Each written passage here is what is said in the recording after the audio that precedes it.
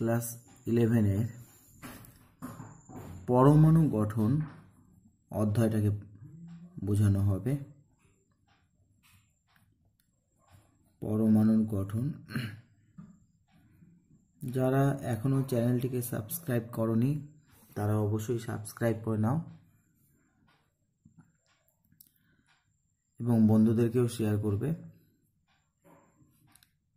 তাহলে শুরু করছি পরমাণুর গঠন। পরমাণু গঠনের যে অংশটা আজকে পড়াবো সেটা হচ্ছে কোয়ান্টাম সংখ্যা। কোয়ান্টাম সংখ্যাটা কি, কাকে বলে কোয়ান্টাম সংখ্যা? কোয়ান্টাম সংখ্যা হচ্ছে কোনো পরমাণুতে যে ঘূর্ণায়মান ইলেকট্রন থাকে তার সঠিকভাবে বর্ণনা করার জন্য কিছু সংখ্যা প্রয়োজন হয়ে থাকে। ঠিক আছে, আমরা জানি পরমাণুর নিউক্লিয়াসকে কেন্দ্র করে তার চারিপাশে ইলেকট্রন একটা নির্দিষ্ট কক্ষপথে ঘোরে। ইলেকট্রনটা তার চারিপাশে কি হয়, প্রদক্ষিণ। এই ঘূর্ণায়মান ইলেকট্রন, এই যে ইলেকট্রনটা ঘুরছে তাকেই আমরা বলে থাকি হচ্ছে ঘূর্ণায়মান ইলেকট্রন।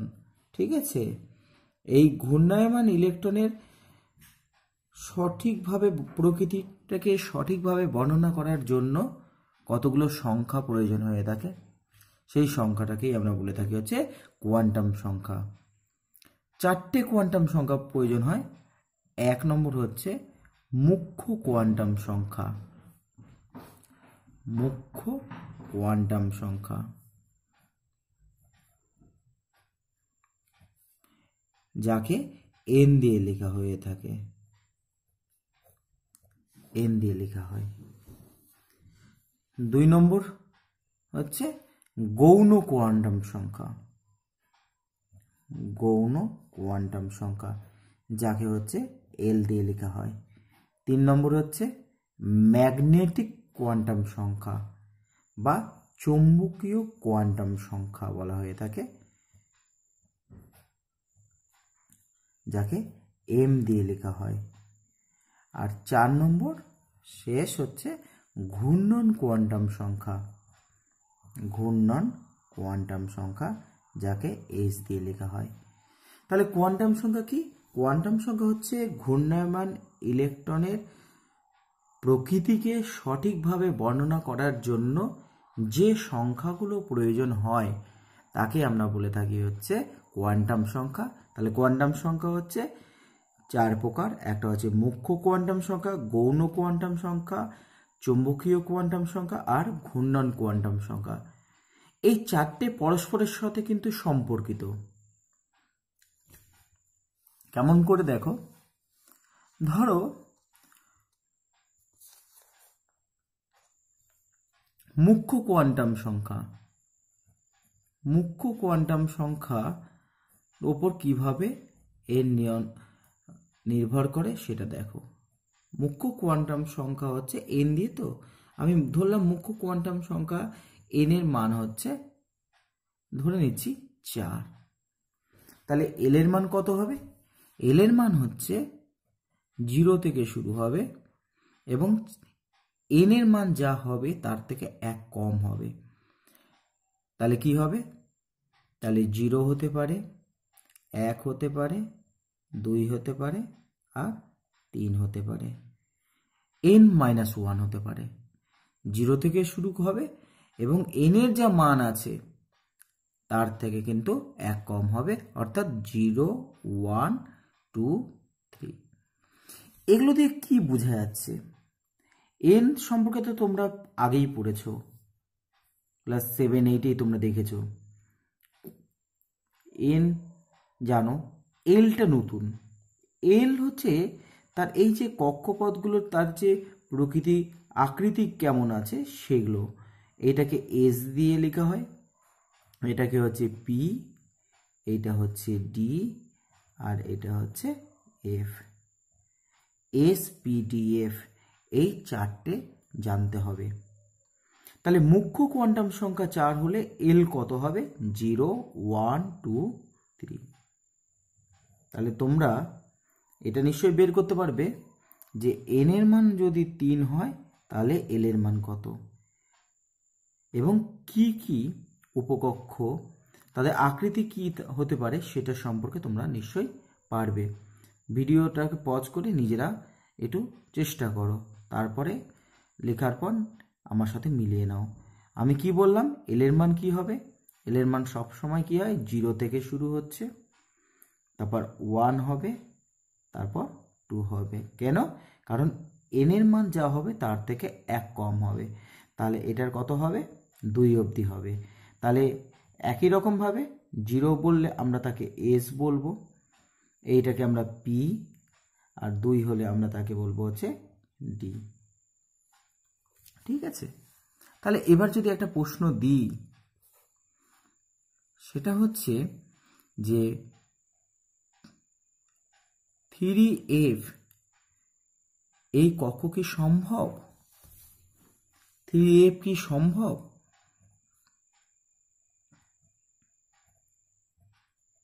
তার উত্তর হচ্ছে, দেখো এখানে n এর মান কত, n এর মান কত, n হচ্ছে 3, n এর মান কত, 3। তাহলে যেটা শিখালাম, n এর মান যদি 3 হয় তাহলে l এর মান কত হবে, 0 হবে, 1 হবে, আর 2 হবে। অর্থাৎ 0 থেকে শুরু হবে, আর 3-এর মানে যা আছে n এর মান, n এর ভ্যালু যা হবে তার থেকে 1 কম হবে, অর্থাৎ 2 হবে। তাহলে এস সম্ভব, পি সম্ভব, আর হচ্ছে ডি সম্ভব। তাহলে কি এফ আসলো এখানে? তাহলে এটা সম্ভব কি সম্ভব নয়? তাহলে উত্তর হবে নয়, সম্ভব নয়। একই রকম ভাবে 2p কি সম্ভব? এই ধরনের যদি প্রশ্ন দেয়, 2p কি সম্ভব? উত্তরও খুব সহজ। এই যে প্রথমে যেটা আছে এটা হচ্ছে n, তাই তো? n এর মান হচ্ছে 2, আর তাহলে l কত হবে, 0 হতে পারে, 1 হতে পারে, আবার আর হবে না। তাহলে এখানে হচ্ছে s হবে, আর এখানে p। তাহলে 2p সম্ভব, কারণ তাহলে হচ্ছে 2p হচ্ছে সম্ভব হলো। এইভাবে তোমাকে বের করে দেখাতে হবে যে কোনো বলে, যদি কোনো বলে যে এই ঘর এই উপকক্ষ কি সম্ভব, তখন তোমাকে কিন্তু সেই রকমভাবে নিজেকে বের করে নিতে হবে এ না এল এর মানটাকে। ঠিক আছে? তাহলে আমরা এন যদি জানি তাহলে আমরা এল পাবো, আবার আমরা যদি এল জানি তাহলে কিন্তু আমরা এম পাবো। এমটা কি? আমরা কিছুক্ষণ আগেই বললাম যে এম হচ্ছে কি, এম হচ্ছে চুম্বকীয় কোয়ান্টাম সংখ্যা। মুখ্য কোয়ান্টাম সংখ্যা আমরা ছোট ক্লাসে জেনে এসেছি যে মুখ্য কোয়ান্টাম সংখ্যাটা যত বেশি হবে, এন এর মান যত বড় হবে, সেই পরমাণুর আকারটা তত বড় হবে। গৌণ কোয়ান্টাম সংখ্যা দিয়ে আমরা কি বের করলাম, এস পি ডি এফ কি হবে সেটা আমরা জানতে পারবো, অর্থাৎ তার আকৃতি সম্পর্কে জানতে পারলাম। আর চৌম্বকীয় কোয়ান্টাম সংখ্যাটা আসলে কি, পরমাণু যখন পরমাণুগুলো কি হয়, বর্ণালী বিচ্ছুরণ করে, সেই বর্ণালীর কক্ষে যদি আমরা সেই বর্ণালীতে যদি আমরা কোনো চুম্বককে ধরি, চুম্বক ক্ষেত্র যদি কোনো ওই বর্ণালীতে যদি চুম্বক ক্ষেত্র স্থাপন করি, তাহলে বর্ণালীটা কি হয়, ভেঙে যায়, স্প্লিট হয়ে যায়। এইটা জানা যায় হচ্ছে এম থেকে। তাহলে এম পেতে গেলে আমাকে আগে কি জানতে হবে, এন পেতে গেলে আমাকে জানতে হবে হচ্ছে এল এর মানটা। এল এর মান যদি 0 হয়, এম এর মান কত হবে, 0 হবে। অর্থাৎ এল এর মান যা হবে, এম তাহলে কি হবে, প্লাস মাইনাস এল, অর্থাৎ মাইনাস থেকে শুরু হবে, একবারে প্লাসে গিয়ে শেষ হবে। তোমরা হয়তো বুঝতে পারলে না এটা। আমি ধরো একটা বলি যে এল এর মান হচ্ছে 1, তাহলে এম এর মান কি হবে, প্লাস -1 0 প্লাস 1। বুঝতে পারলে তো এবার? তাহলে আমরা যদি এখানে যদি এল এর মান যদি আমরা 4 ধরি, তাহলে এম এর মান কি হবে, কোথা থেকে শুরু হবে, প্রথমে বললাম মাইনাস থেকে -4 হবে, -3 হবে, সংখ্যারেখা মনে পড়ে 6-এর, সেই সংখ্যারেখার মতো খানিকটা, তাই না? -4, -3, -2, -1, 0, তাহলে কি হবে? এবার প্লাস শুরু হবে, +1, +2, +3, প্লাস হচ্ছে 4। তাহলে আমরা এল এর মান যদি জানি, তাহলে আমরা এম এর মান আমরা বের করতে পারবো। ঠিক আছে, তাহলে আমরা দেখলাম যে এন এর মান যদি আমরা জানি, সেখান থেকে এল বের করব, এল এর মান যদি জানি, সেখান থেকে আমরা এম এর মান বের করতে পারি। এরপরে চলে আসি এস এর ক্ষেত্রে। এস হচ্ছে কি? এস হলো স্পিন কোয়ান্টাম সংখ্যা বা ঘূর্ণন কোয়ান্টাম সংখ্যা। এটা হচ্ছে ইলেকট্রনের ঘূর্ণনের দিককে নির্দেশ করে, ক্লকওয়াইজ ঘোরে না অ্যান্টি ক্লকওয়াইজ ঘোরে। একটা ঘরে সাধারণত দুটো ইলেকট্রন থাকতে পারবে, একটা ইলেকট্রন ক্লকওয়াইজ ঘুরলে আর একটা ইলেকট্রন অ্যান্টি ক্লকওয়াইজ ঘুরবে। মানে এটা হচ্ছে এই যে আমরা দেখি না দুটো ইলেকট্রনকে এই যে এইভাবে লেখা হয়, একটা ঘরে যে দুটো ইলেকট্রন থাকতে পারে আমরা জানি। এই যে দিক, এটা আছে একটা ক্লকওয়াইজ হলে একটা অ্যান্টি ক্লকওয়াইজকে নির্দেশ করে থাকে। তাহলে আমরা যেটা জানলাম সেটা হচ্ছে যদি এন এর মান যদি 4 হয়, তাহলে বিভিন্ন কোয়ান্টাম সংখ্যা কি হবে? এন এর মান 4 হলে এল এর মান কি হবে? 0 থেকে শুরু হবে, এন থেকে 1 কম হবে, অর্থাৎ 1, 2, 3 হবে। এম কি হবে? এল এর মান 0 হলে এম এর মান 0 হবে, এল এর মান 1 হলে এইটার জন্য এম কি হবে? -1, 0, +1। এল এর মান 2 হলে কি হবে? -2, -1, 0, +1 আর হচ্ছে +2। এই এল এর মান 3 হলে তাহলে কি হবে? -3, -2, -1, 0, +1, +2 আর হচ্ছে +3। এস কি হবে? এস হচ্ছে এই যে বললাম দুটো হবে, একটা হচ্ছে ক্লকওয়াইজ আর একটা হচ্ছে অ্যান্টি ক্লকওয়াইজ ঘুরে। ঠিক আছে, +-1/2 আমরা বলতে পারি এটাকে। এস এর মান সবসময় কি হয়? +-1/2, সবসময় এটাই হবে এর এস এর মান। তাহলে এখানে একটা প্রশ্ন আসতে পারে যে একটা কক্ষ ধরলাম 2p ঘরে সর্বাধিক কতগুলো ইলেকট্রন থাকে? সর্বাধিক কক্ষে বললে ভালো হয়, সর্বাধিক কতগুলি ইলেকট্রন থাকে? কতগুলি ইলেকট্রন থাকে? খুব সহজে বের করতে পারবে।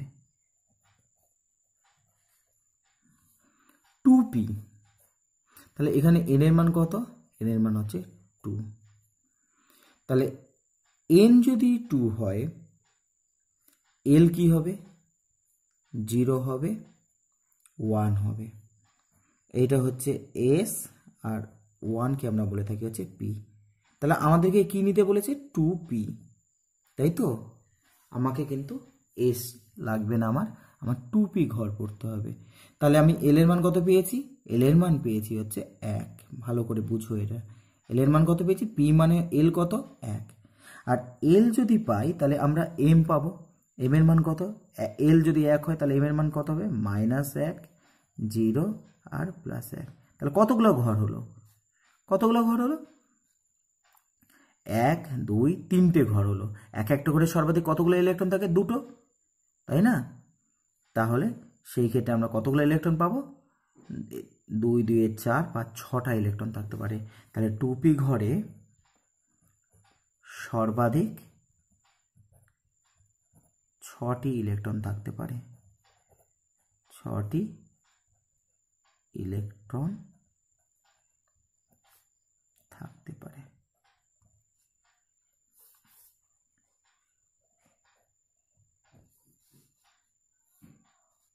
তোমাদের HW থাকবে, চেষ্টা করবে বাড়িতে, আমি পরের ভিডিওতে এটা আলোচনা করব। এফ কক্ষে সর্বাধিক কতগুলো ইলেকট্রন থাকে, কারণ আমার এন না জানলেও চলবে, আমরা এল জানলেই আমরা বের করতে পারবো ইলেকট্রন সংখ্যা। এফ কক্ষে সর্বাধিক কতগুলি ইলেকট্রন থাকতে পারে, কতগুলি ইলেকট্রন থাকতে পারে, ইলেকট্রন থাকতে পারে। ঠিক আছে, এটা হোমওয়ার্ক, এটা বাড়িতে চেষ্টা করবে। আমি পরের ভিডিও অবশ্যই দেখবে, পরের ভিডিওতে উত্তরটা আমি দিয়ে দিব, এবং চ্যানেলটিকে সাবস্ক্রাইব করবে যাতে যে কোনো ভিডিও আপলোড হলেই তোমরা সঙ্গে সঙ্গে তা দেখতে পাও। ঠিক আছে।